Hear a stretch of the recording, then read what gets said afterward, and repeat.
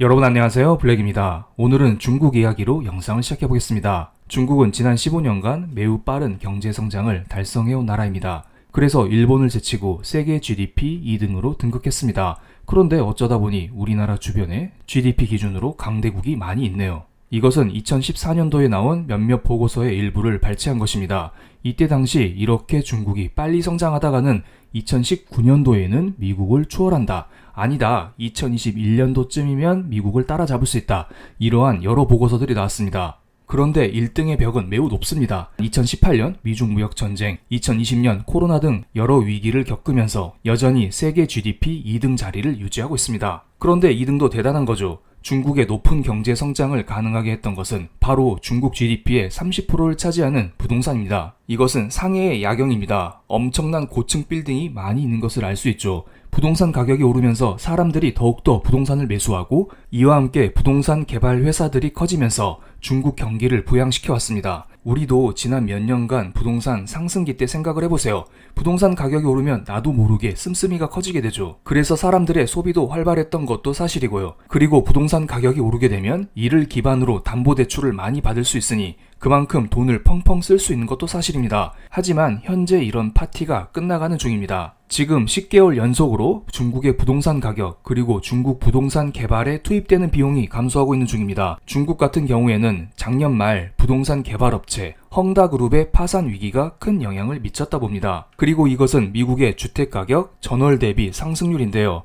6월 달에 피크를 한번 찍고 7월, 8월 내리 하락 중이죠. 아마도 9, 10, 11월도 하락했을 거라 보고 있습니다. 미국을 비롯한 글로벌 부동산 가격이 죄다 내리니까 안 그래도 내리고 있는 중국의 부동산 가격이 더더욱 내리고 있는 것입니다. 그리고 이번에는 중국의 코로나 확진자 수를 보겠습니다. 최근 들어 정고점을 돌파하면서 코로나 확진자 수가 3만 명을 돌파했다고 합니다. 일반적인 나라에서 코로나 확진자 수가 이렇게 늘어나면 마스크 잘 써야겠구나, 조심해야겠구나 이렇게 생각을 할 수가 있는데요. 중국은 그렇지 않습니다. 그냥 아예 못 돌아다니게 막아버립니다. 다들 잘 아시고 계시는 제로 코로나 정책이라고 합니다. 요즘 인터넷에 돌아다니는 두 개의 대표적인 사진이 있는데요. 왼쪽은 밀접 접촉자분인데 도망쳤다고 하면서 강제 진압당한 모습입니다. 오른쪽 분은 마스크를 쓰지 않았다고 해서 강제로 손발이 묶여진 상태입니다. 역시 공산당 클래스, 장난 아니에요. 이런데 여러분 밖에 돌아다니겠나요? 나가서 뭐라도 사 먹을 수가 있겠나요? 식당 문이 다 닫혔습니다. 무슨 식당이에요? 우리 아파트 입구가 다 막혀 있는데 나갈 수가 없어요. 이렇게 소비가 안 되니까 경제가 살아나지 못하고 있어요. 그런데 무슨 부동산인가요? 그리고 우리나라 사람도 마찬가지겠지만 물건을 봐야 살 거잖아요. 임장도 다니고 그 집에 직접 가보고 나서 사든지 말든지 할 것인데 이거 나갈 수가 없으니 당연히 부동산 가격이 떨어지는 것입니다. 그리고 11월 5일에 중국 국무원에서 제로 코로나 정책에 대해서 기자회견을 했었는데요. 많은 사람들이 이 기자회견을 앞두고 이쯤이면 중국이 제로 코로나 정책을 풀어주지 않을까? 어느 정도 리오프닝을 하지 않을까? 이런 기대를 했었는데 이거 잘 읽어보시면 예전과 똑같은 것을 알 수가 있습니다. 생각했던 리오프닝 정책은 전혀 나오지가 않았습니다. 그래서 여기에 많은 사람들이 실망을 했고 아마도 지금의 부동산 하락은 조금 더 이어질 것 같다는 생각은 듭니다. 그런데 중국이 이 와중에 돈을 더더욱 풀고 있습니다. 이 부분은 뒤에 가서 다시 설명을 드리겠습니다. 몇몇 전문가들은 중국 정부가 이번 기회에 부동산 개발 업체들을 무너뜨려서 이를 국유화시킬 것이다. 이런 전망을 내놨었는데요. 하지만 현재 부동산 상황이 너무 안 좋기 때문에 대형 부동산 개발 회사들에게 현금을 팍팍 지원해주고 있습니다. 이들이라도 빨리 살려야겠다는 결정을 내린 것 같습니다. 원래 시진핑이 부동산 개발 회사에게 내건 정책은 세 가지 레드라인이라고 있습니다. 부채 비율 한도, 부채 한도, 현금 비율 이런 것들에 대해서 규정을 하고 있는데요. 딱 들어도 너무 어려워 보이죠? 그냥 이렇게 보시면 돼요. 부동산 개발 회사들 너네 너무 레버리지 일으키지 말고 적당히 돈만 빌려서 사업해라 이런 말입니다. 그런데 작년에 헝다그룹이 거의 파산까지 가버리자 현재는 이런 레드라인을 적용하지 않고 있습니다. 부동산 개발 회사들을 조금 살려주는 정책이죠. 느슨하게 관리하겠다 이겁니다. 다 망하게 하면 안 되니까요. 그래서 며칠 전에 이러한 정책이 발표가 됐습니다. 17개 부동산 기업들에게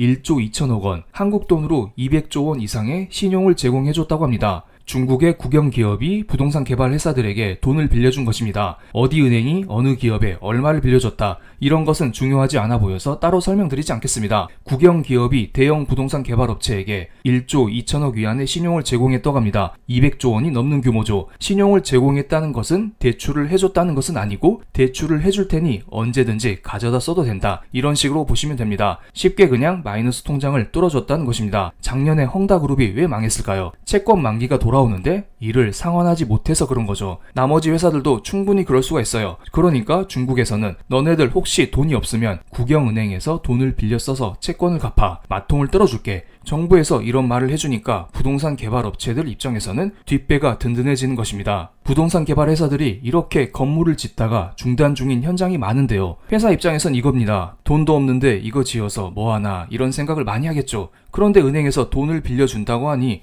그렇다면 조금 더 지어볼까? 이런 생각을 하는 것입니다. 여기에 콤보로 11월 25일 중국인민은행은 지급 준비율을 0.25% 인하한다는 발표를 했습니다. 이거 다 중국어로 돼 있지만 숫자가 몇 개 보입니다. 0.25 꺼바이 몰라 뭐라고 합니다. 그런데 지급 준비율 인하가 발표된 시간을 보세요. 5시 41분입니다. 한국장 끝나고 발표했죠? 이거 장 중에만 나왔어도 한국장이 어느 정도 반등할 수 있었는데 약간은 아쉽긴 합니다. 이것은 중국의 지급 준비율 차트입니다. 올해에만 세 번째로 내린 것입니다. 지급 준비율이란 은행이 고객으로부터 받은 예금 중에서 중앙은행에 의무적으로 적립해야 되는 비율입니다. 이런 비율이 줄어들었다는 것은 시중은행 입장에서 그만큼 중앙은행에 돈을 덜 넣어줘도 되고 이 돈을 개인 혹은 기업에게 대출을 할 수 있다는 것을 의미합니다.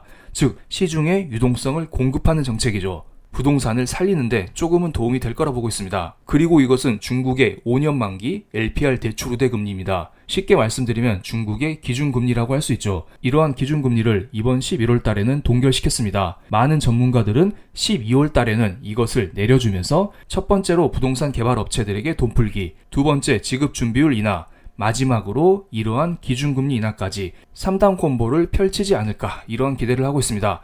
물론 이런 것들을 한다고 해서 부동산이 당장 반등하지 않겠죠.